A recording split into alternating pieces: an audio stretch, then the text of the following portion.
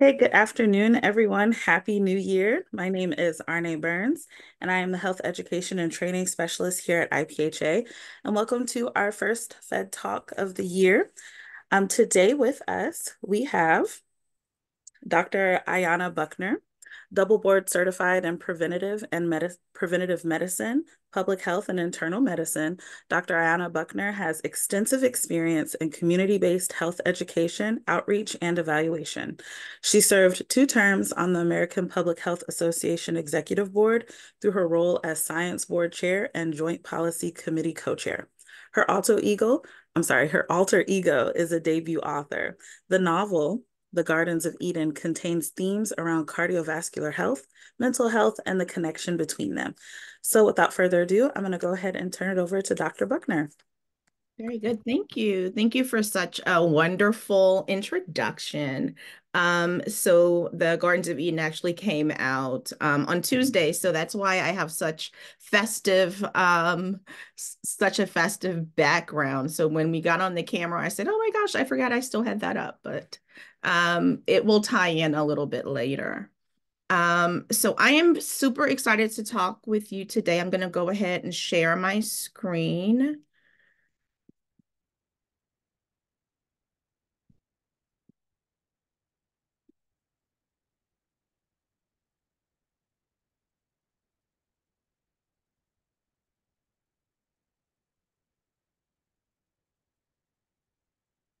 Okay, so today we are talking, thank you for your patience. We're talking about reading for health, libraries and books as strategic public health partners and tools. So as Arne just mentioned, my alter ego is a debut author. And so books and libraries have been a big part of my life for all of my life, as long as I can remember. Excuse me, but particularly over the last couple of years, they've been even more so. But also, what's really timely about this title is the immediate past president of the American Public Health Association, Dr. Christiana Sulkett, had a three-prong platform for her term, and one of those was reading for health. So that's where I primarily get the inspiration for the title of this talk. So, my everyday work as a community health consultant involves me working with a variety of partners around health education and promotion activities, as well as evaluation and et cetera.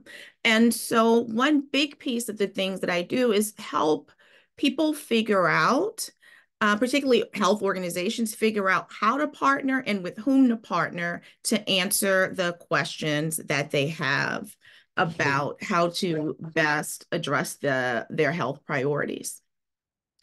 And so, as I think about that, and as I've been immersed in this book world over these last few years, I've been thinking more about how libraries and my health world, which frequently involves health departments, can come together. But that's not library and public health partnerships have been around for many years, but much of the potential remains untapped. And so you see, here's a screenshot of a blog, and this blog is actually a part of the American Library Association. And the blog talks about partnering with your local health department.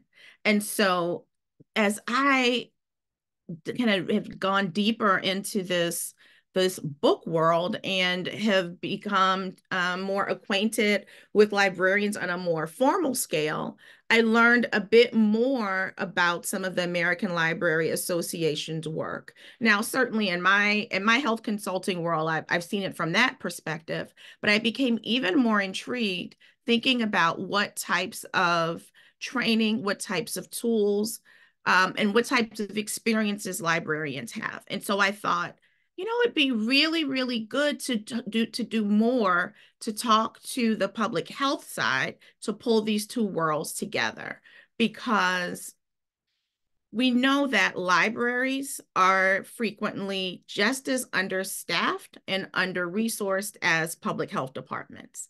And so in keeping with that, one of the key goals of partnerships is to work with people who have similar goals or at least complementary goals, and who are working towards some of the same problems. And it's to ask yourself, hey, what problem am I working on? Who else is working on that problem, and how can we help each other? It's such a basic approach, but quite honestly, we don't do it enough in our work. And so libraries, particularly during the COVID-19 pandemic, have become very, very important key partners for public health departments. But one of my concerns is that there are so many other ways that the two entities in these two worlds can come together. And so what I'd like to talk to you today about is about ways that we can leverage your experiences and your resources to do just that, to expand your work with libraries, or if you haven't been doing very much with them, to begin that. Libraries have extensive population reach, and their access to diverse sectors of the U.S. population. Through that access, the public trust they can, I'm sorry. Libraries' extensive population reach, their access to diverse sectors of the U.S. population, and the public trust they command, and their diverse geographic coverage favorably position them as part of a multi-sectoral strategy to advance population health. There are unrealized opportunities for public health researchers, healthcare workers, and policy makers to leverage this potential part of a coordinated effort to mitigate place-based health disparities. This is taken from an article published in 2019 by PHEd et al. And I really wanted to make sure that I read that entire piece because I want to really think about the key pieces of this. It's how can we leverage that access to that public trust that sometimes, unfortunately, because of what's happened from a health perspective with COVID-19, we're still trying to get certain segments of the population to be better engaged with public health. And so in thinking about that as a potential problem, it's really harnessing some of the opportunities with libraries and leveraging that trust to help to rebuild some of the connections with some parts of our communities. What I'd like to do is to dig a little bit deeper into the PHEd et al. Article from 2019. And I'm not going to read this entire table, but it breaks down determinants of health, which we talk a lot about in the public health space, and provides descriptions and examples of how public libraries can help to mitigate place-based disparities. You see this goes everywhere from healthcare access to addiction. So we know that there are libraries that are participating in programs to address opioid abuse.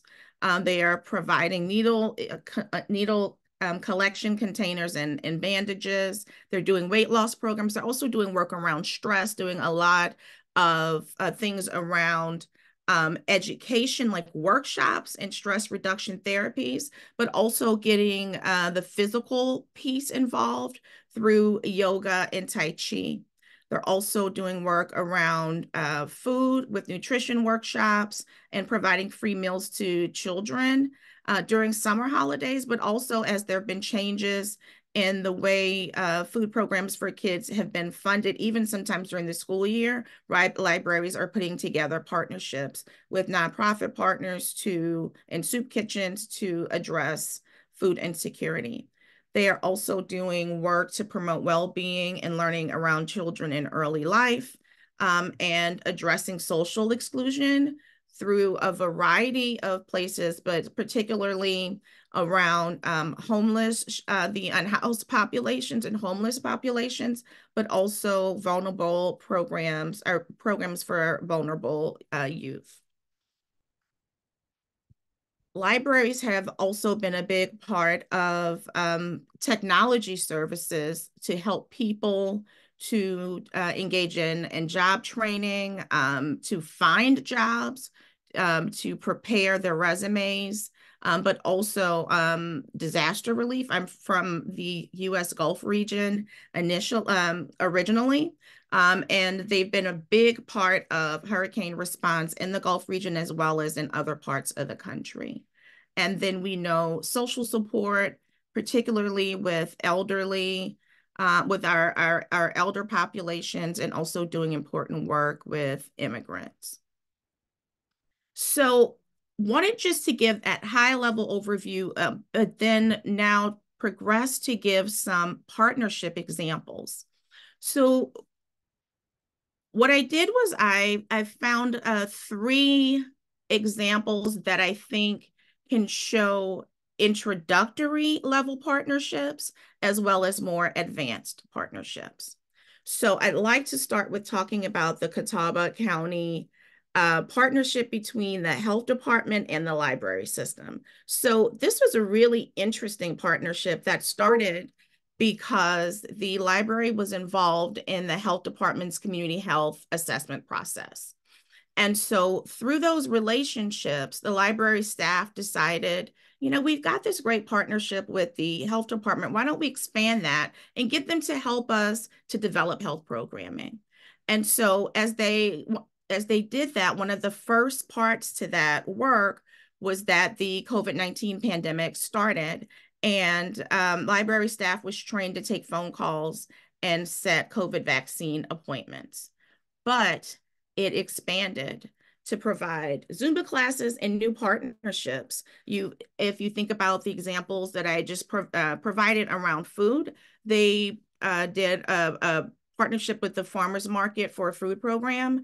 They also worked with their local hospital for nutrition and health education classes, and then also worked with legal aid to help people with their Medicare and healthcare marketplace applications. And this one I really love. They worked with the local dentist who guest hosted story time to promote dental hygiene to children and provide toothbrushes and toothpaste. So this is a good example of an introductory level program. And then more broadly, in the Anne Arundel County area in Maryland, the public library partnered with the Department of Health to provide free gun locks. And so the gun locks were distributed at the libraries. That was the core function, just giving out gun locks. But by providing 2,300 of them for a short period from April to September, they worked with parents who were helping to secure their firearms from their kids, and even one grandparent whose grandchild had gotten a hold of the gun and brought it to school. So those are 2 examples of what a simple thing, just passing out gun locks, could help to prevent a very potentially tragic situation. This program is even more advanced because it leveraged federal funding to help people who have low vehicle ownership and inadequate access to healthy foods to learn how to do online grocery shopping and have food brought into them. So we know that food deserts are a tremendous issue, and so this is one way to address it. So residents order groceries at their local library, and they were trained by neighbor food advocates. And so these neighbor food advocates are an example of a community health worker. And so they are trained community members whose goal are to address food insecurity and through a social justice lens, excuse me. And so they were the first program in the US to actually accept food stamps for online grocery shopping and delivery. And their program has really grown a lot over the last several years. Now I'd like to talk a little bit about the types of resources that are available to libraries. And you might say, well, we're the health department. Why do we need to know what's available to library staff? But I would say because the resources that I'm going to share with you are actually public health resources through the National Library of Medicine.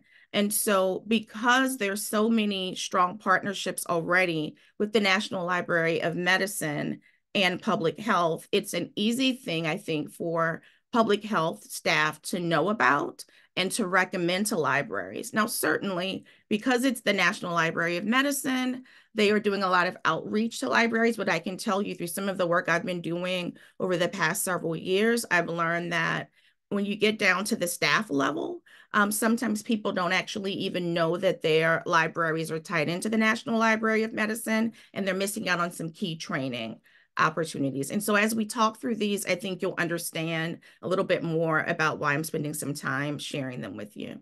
So the first is the consumer health information specialization, and it helps staff members to become confident experts at providing health information to the community.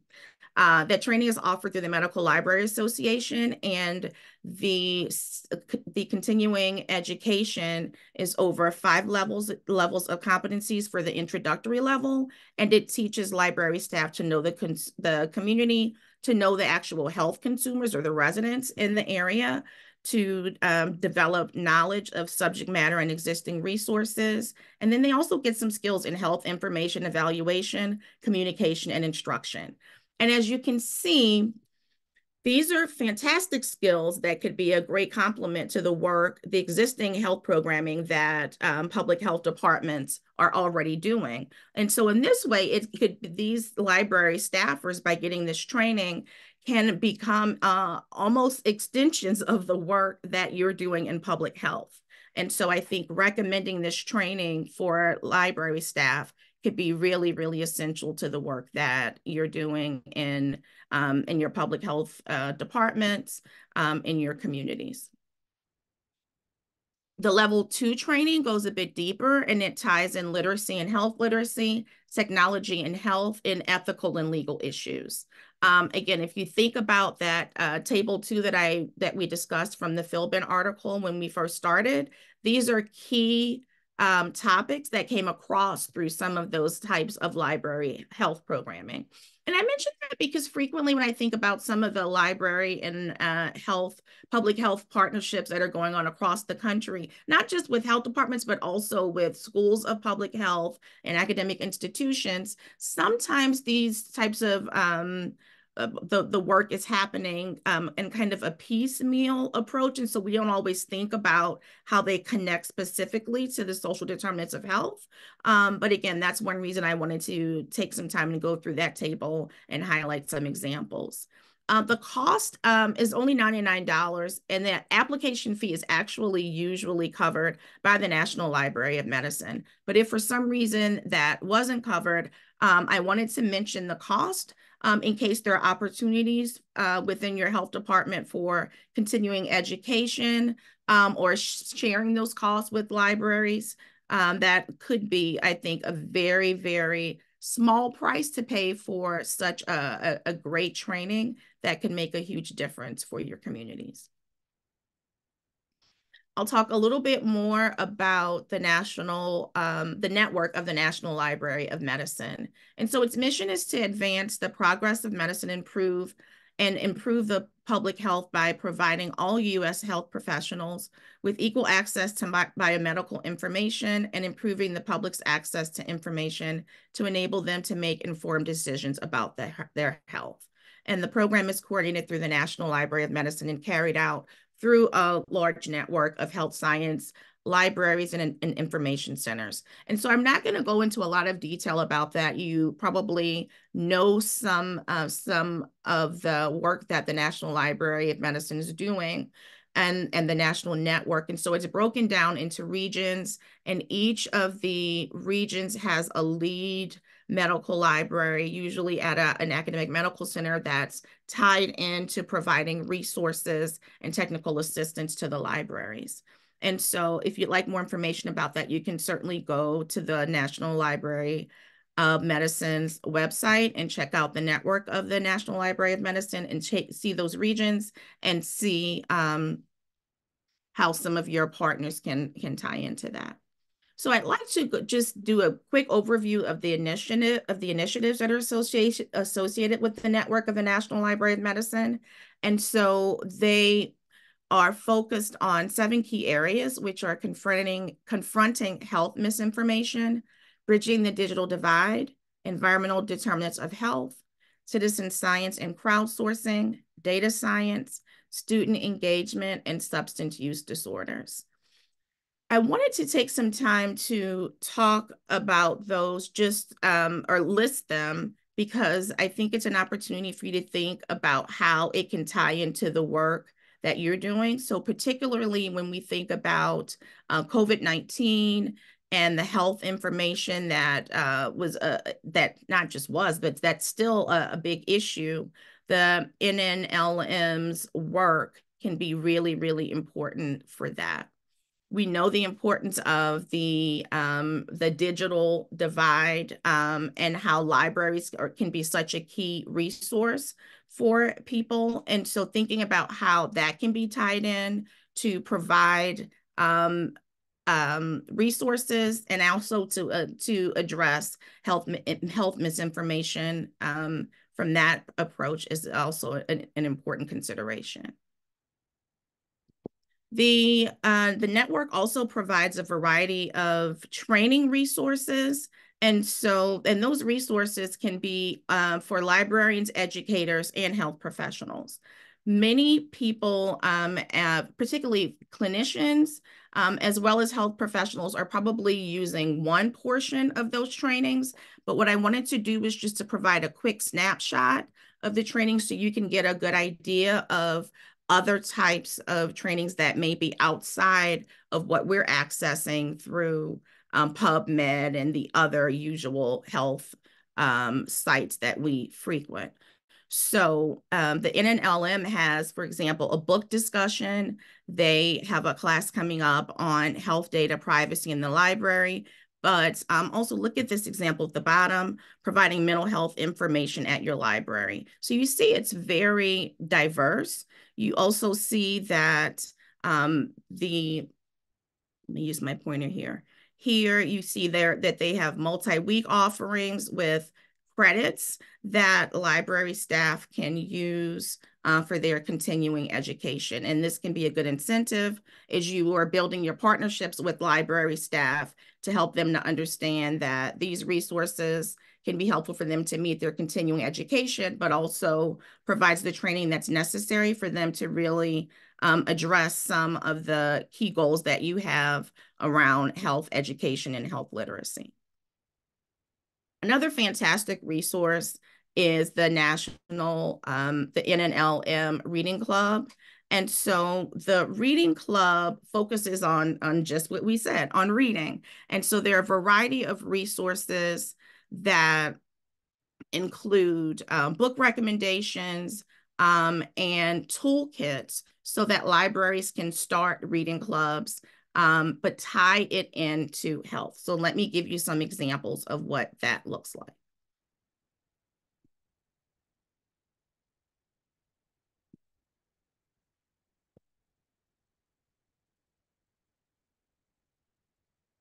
I'm sorry, my computer has frozen.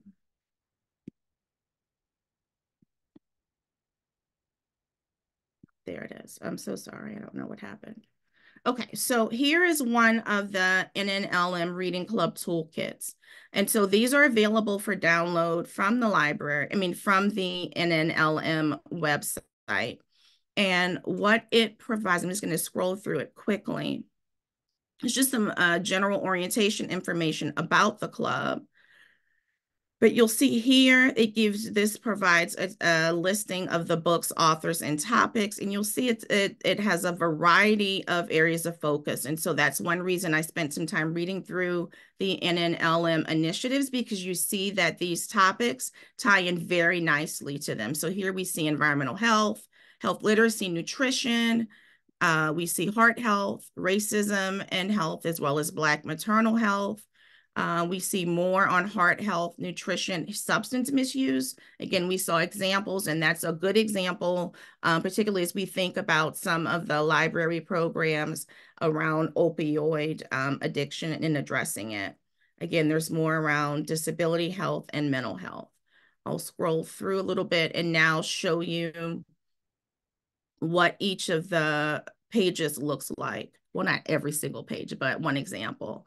And so here you'll see it shows the book cover, And then the focus area provides a summary, and then it has discussion questions. Now, why is that important? Because even though librarians are accustomed to doing a lot of outreach and they may have book clubs, frequently one of the big reasons that it can be difficult to start a book club is because sometimes you don't know what are the questions that should be asked, how should you handle them, how do you tie in health with a book club if you're doing a health related book club. And so when you have questions here in this resource guide that that directly address those and tie those in, it makes it very, very easy for them.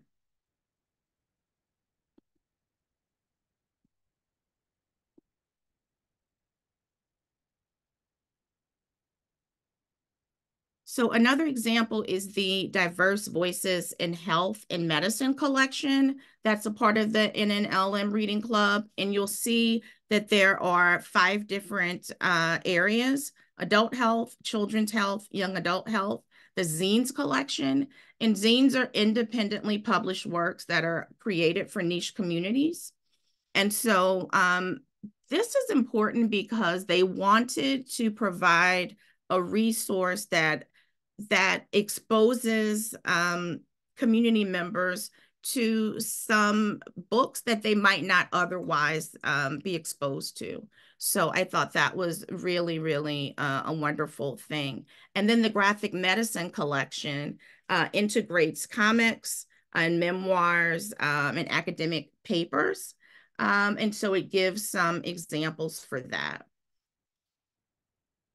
So now, just as we did with the general reading collection, I'd like to show you an example of the Diverse Voices collection. You'll see that again, it starts, it provides a table that gives different topics. So you can scroll through and find books that align with the particular area of focus of your health program, either at the health department or if you're at an academic medical center, your area of focus in your work. And then you can just look for the page number and go to the pages. So let's find an example. We're just gonna pick one. Here's one. So here in the adult collection, you'll see it lists a variety of books by topic area. So here, this is one on body systems and pain. And so it gives you the listing of the book as well as the book information that can allow you to choose books that are diverse reads.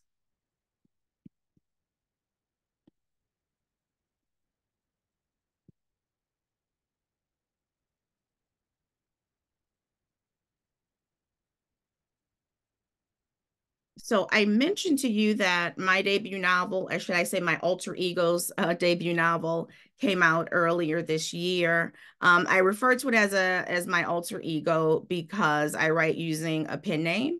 The book is called The Gardens of Eden. It's a heartwarming story of a Southern family and all of its many complexities. It features characters that are in a variety of ages. 30s, 50s, and 70s. And I feel like that's important to point out because each of those generations has different health topics that pertain to it usually, or that are more prevalent. The book has themes around mental health, heart health, and the connection between them, and also focuses on lifestyle medicine and plant-based food options. And using this example, I'd like to share how the book could be used for in the health focused work that you might do through a partnership with the library. So a library could decide to do a health focused highlight in a traditional book club. So let's say that you were doing work that your health department or your work at your academic medical center is focused around cardiovascular health. You could do something perhaps in a traditional book club but choose a health-focused highlight around cardiovascular health and then use the book as an example for the discussion. If the library is looking to start a health-focused book club, then it could be maybe the first example of a health-focused book club around heart health or about mental health. And in that type of health-focused book club, each of the book selections would be around just cardiovascular health. Or if it's a mental health-focused book club, they would be just around mental health. But this book could be a good example because, excuse me, because it has the mental health themes as well as the cardiovascular themes. Or if you are looking for a heart month activity or a mental health month activity, it could also be a good example. And potential speakers for that activity could be local mental health professionals or staff from a local mental health organization. And I would also be available and interested if there was interest in an author talk. I'd like to stop here so that we have plenty of time for questions. And for the questions, my goal would be to answer any questions that you have about the material that I've provided, but also to provide some kind of detailed technical assistance for you if you're interested in starting a partnership with the library or deepening or extending your relationship with the library. I'd love to hear what your issues and concerns are so I could give you some advice about ways that you could address them and proceed.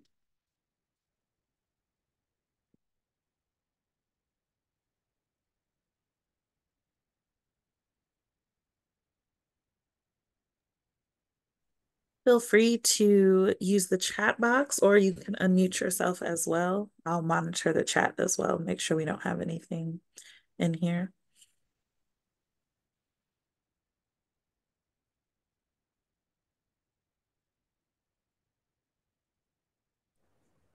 Hi, Ayanna and Arne. Thank you so much for that presentation. I thought it's like this intersection that I feel like I've been aware of. So I work for the Chicago Department of Public Health, Right. and I'm on their communicable disease team. So I'm a little bit siloed away from the work that is done with the Chicago Public Library system. And I know that there is a level of collaboration there, and it's definitely growing. Um, but I don't know, I feel like this is an intersection that I never thought about that deeply. So I guess I don't really have any questions, but I just appreciated that presentation so much. And I feel like it's given me new perspective about like, I'm like pretty early on in my career, but like as I move forward, just thinking about the ways that I could kind of implement this as a public health professional, but also as someone who enjoys the public library and just seeing all the resources that can be brought to such a wide variety of populations that can use the library itself. So, and I'm also definitely gonna have to check out your book. Oh, thank you. I appreciate that. So I really appreciate your statement because I think it can be really hard, especially if you know that there are existing partnerships. So if you don't mind, I'm going to take that and kind of run with it and go a little bit deeper. So sometimes, especially if you're in a big city and you're at a big health department and you have a library system like the Chicago Public Library System, which is also a big one, you could say, well, there's already a partnership. Like, how do I do that? Who do I have to talk to like make that happen or to get permission? Frequently, if the partnership already exists, you'll have to maybe get approval to kind of move forward. But you don't have to feel like you have to necessarily be limited by the constraints of that partnership, because sometimes the partnerships are with particular offices. So for example, you heard me give lots of examples toward the end around cardiovascular health, but you might say, but well, in our department, I think you said it was communicable diseases. Was that right? Yep, that's right. In communicable diseases, maybe we're not doing very much, or I don't know what we're doing. And so one thing that you could do, of course, if you've got to get approval, go ahead and do that. But you could actually just approach a library and say to them, hey, these are the things that we're working on and with our department around communicable diseases. And we're wondering, because cold and flu season's coming, if you would be interested in doing some work around that. And then find out, if you know that you're not already doing something with them, ask them, if they have concerns or concerns about those areas, and find out what their priorities are. Because again, if you remember and I think maybe you were on when we first started talking about this, I mentioned that one of the keys of collaboration is figuring out what problem it is that you're working on and what problem it is that they're working on, and trying to figure out how those things can align. And so you may have a question that's the perfect answer to the question that they have. Well, that makes a lot of sense. That's like very helpful. I think one of the goals we have this year moving forward is pouring more resources into disease prevention, because our work tends to be really reactionary. Like there's an outbreak of salmonella or E. coli and we have to address it right away. And we get so caught up in the fray of addressing it and then moving on to the next outbreak or situation that there hasn't historically been a lot of time to focus on prevention and like more public facing information. So with my role, that's what I would hope to move forward with Yeah. in the new year, especially. Yeah, I really love that. And thanks for sharing a bit more about the work that you're doing. Because sometimes it's really just as simple as reaching out to the library staff and sharing what those goals are. And also asking them if there's interest, how they'd like to move forward. But if they have reservations, asking them kind of what the reservations might be, because you also may have a solution to that.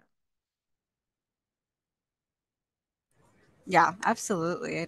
This is an ongoing conversation for sure. And I'm going to have to like figure out exactly where our existing partnerships lie and in what capacity. And then also I'm excited to kind of approach my leadership and my team with this and figure out how we can use public libraries as like a collaboration for the work that my program specifically does, because there's so much room and so much opportunity for that.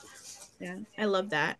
I'm thinking about a session that I did with librarians, and they are always really, really hungry for programming. And I think that's something that I meant to mention earlier that I probably forgot. They're always hungry for programming, but they're frequently just trying to figure out how they can do it all. And so, and I mentioned the budgetary constraints and the staffing complaints. But sometimes even if it's, hey, we just like to come in and do a 1 hour talk, would you be interested in that? And they're just super excited to offer the space for it. Yeah, I think that like you said, like figuring out where our Mhm. needs and our dreams align. This has been so helpful and so eye-opening. I can't emphasize that enough. Oh, well, thank you. I think there's a question from Laura. Yes. Mhm.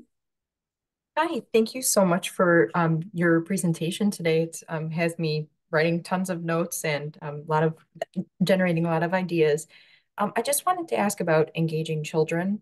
My through the library, my program is focused to child drowning prevention, which is a pretty serious topic. So we talk about it as water safety while we are speaking with our youngest residents.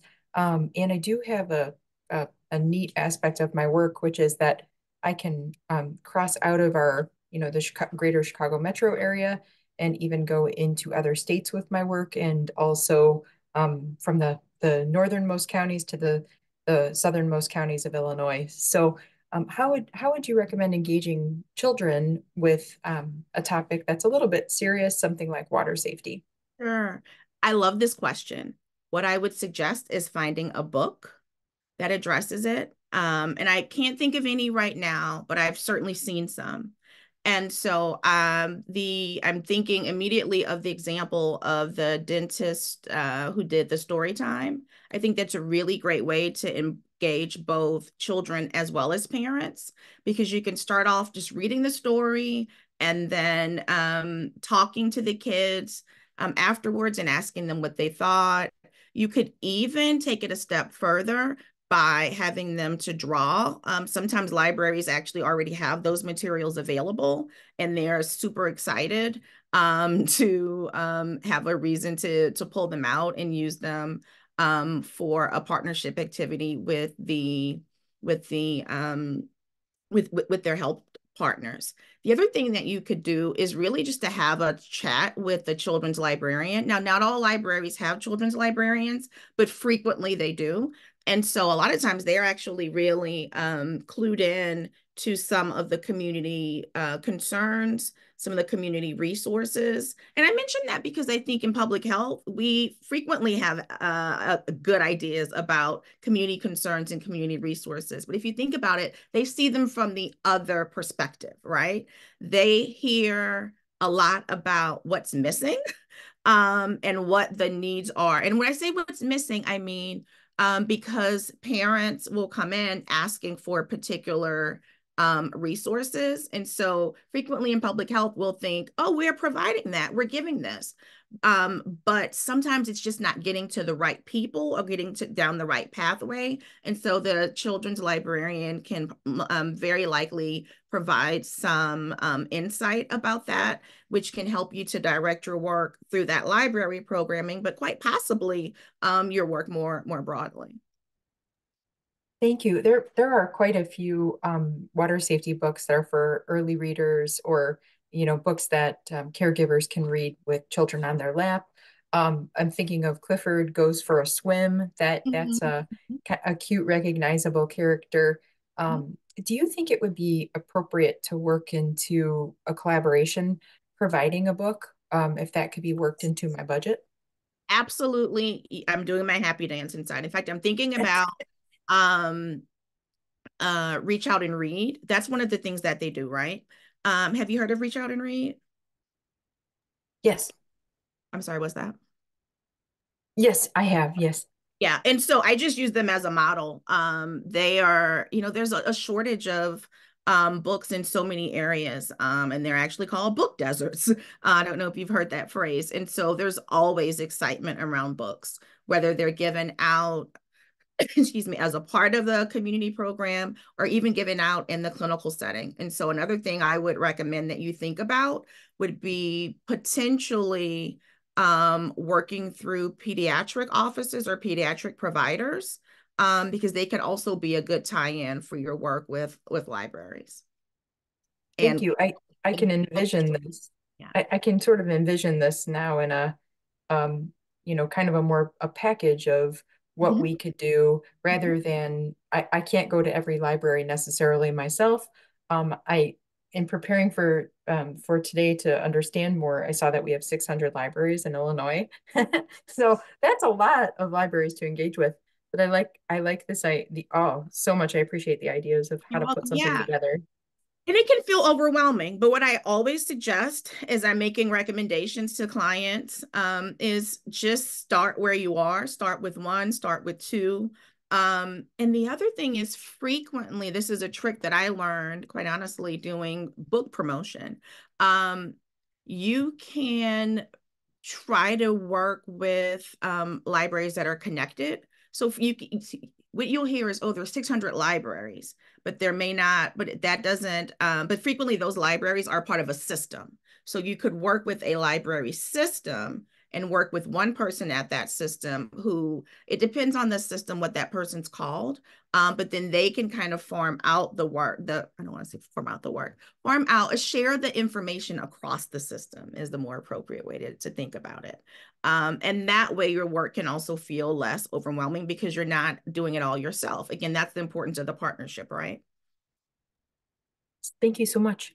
Yeah. The other thing you're welcome. The other thing I would think about is think about maybe doing a presentation at the annual library conference. They are always hungry for speakers.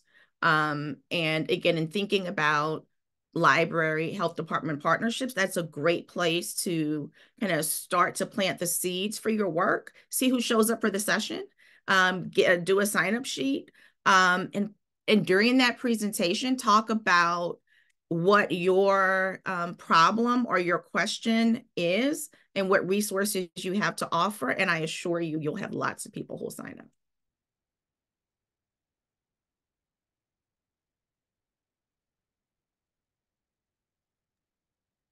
Did anyone else have any other comments or questions? I